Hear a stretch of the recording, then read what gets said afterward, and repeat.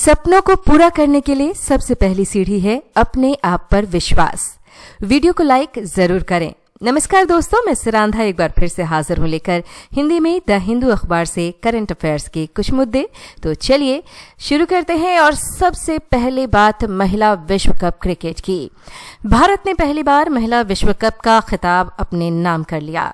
Final में भारत ने दक्षिण अफ्रीका को 52 रनों से हराकर अपना पहला आईसीसी महिला विश्व कप का खिताब हासिल किया।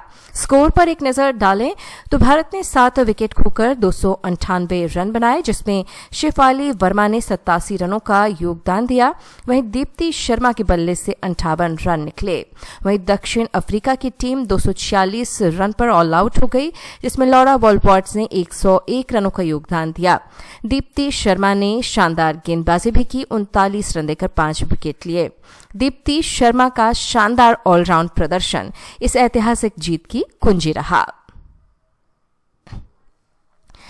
Nigeria minerals. नाइजीरिया का सबसे प्रमुख खनिज संसाधन पेट्रोलियम और प्राकृतिक गैस है, जो देश की अर्थव्यवस्था में प्रमुख भूमिका निभाते हैं। इसके अलावा नाइजीरिया ठोस खनिजों से भी समृद्ध है, जिनमें कोयला, लौह अयस्क, सीमेंट निर्माण के लिए चूना पत्थर, टिन, सोना, बिटुमेन, जिप्सम और सीसा जस्ता शामिल हैं। GSAT 7R CMS-03। इसरो ने उन्नत जीसैट 7R CMS-03 उपग्रह को सफलतापूर्वक प्रक्षेपित किया है। ये भारत का सबसे भारी स्वदेशी संचार उपग्रह है, जिसे भारतीय नौसेना के लिए बनाया गया है।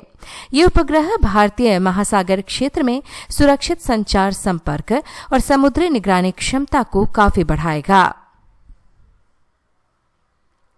अनुच्छेद 243A। अनुच्छेद 243A, जिसे 73वें संशोधन अधिनियम 1992 से जोड़ा गया, ग्राम सभाओं को अधिकार देता है कि वे राज्य सरकार द्वारा बनाए गए कानूनों के अनुसार काम करें और निर्णय लें।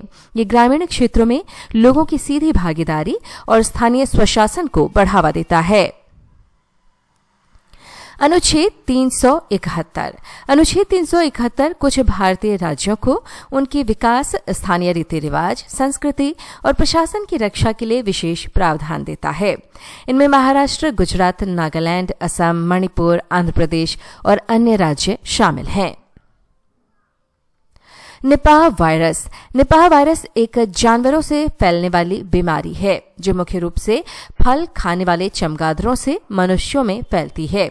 ये तेज बुखार, सांस की तकलीफ और दिमाग की सूजन पैदा करती है। ये व्यक्ति से व्यक्ति में भी फैल सकती है। इसका कोई इलाज नहीं है, इसलिए बचाव ही सबसे अच्छा उपाय है। R&D fund. प्रधानमंत्री नरेंद्र मोदी ने emerging science and technology innovation conclave 2025 का उद्घाटन किया। उन्होंने 1 लाख करोड़ रुपए का रिसर्च, डेवलपमेंट और इनोवेशन फंड लॉन्च किया। इस बड़े फंड का उद्देश्य भारत में निजी क्षेत्र द्वारा संचालित अनुसंधान और नवाचार को बढ़ावा देना है, जिससे नई तकनीकों और खोजों का विकास हो सके।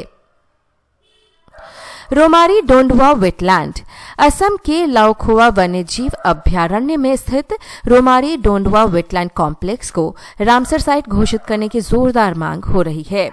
हाल ही में हुई पक्षी गणना में यहां 120 से अधिक प्रजातियों के 47,000 से ज्यादा पक्षी पाए गए हैं, जो इसकी असाधारण जैव विविधता को दर्शाता है। ये संख्या असम के मौजूदा रामसर साइट से भी अधिक है। चींटी मेसर इबेरिकस। चींटी की प्रजाति मेसर इबेरिकस एक अनोखा प्रजनन व्यवहार दिखाती है। इसकी रानियां 2 अलग अलग प्रजातियों मेसर इबेरिकस और मेसर स्ट्रक्टर के नर पैदा करती हैं। ये दुर्लभ घटना प्रजातियों की सीमाओं और आनुवंशिक विरासत की पारंपरिक समझ को चुनौती देती है।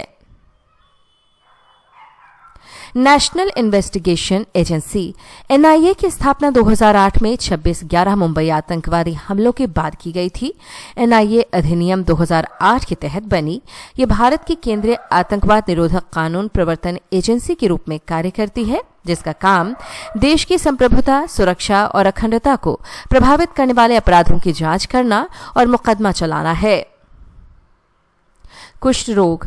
महाराष्ट्र सरकार ने कुष्ठ रोग को अधिसूचित रोग घोषित कर दिया है। इसका मतलब है कि अब सभी डॉक्टरों के लिए हर नए कुष्ठ रोगी की सूचना 2 सप्ताह के भीतर स्वास्थ्य अधिकारियों को देना अनिवार्य होगा।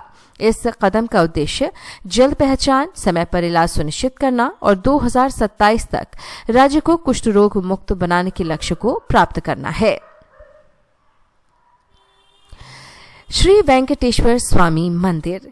श्री वेंकटेश्वर स्वामी मंदिर भारत के आंध्र प्रदेश राज्य के तिरुपति जिले में स्थित एक पहाड़ी शहर तिरुपति में है।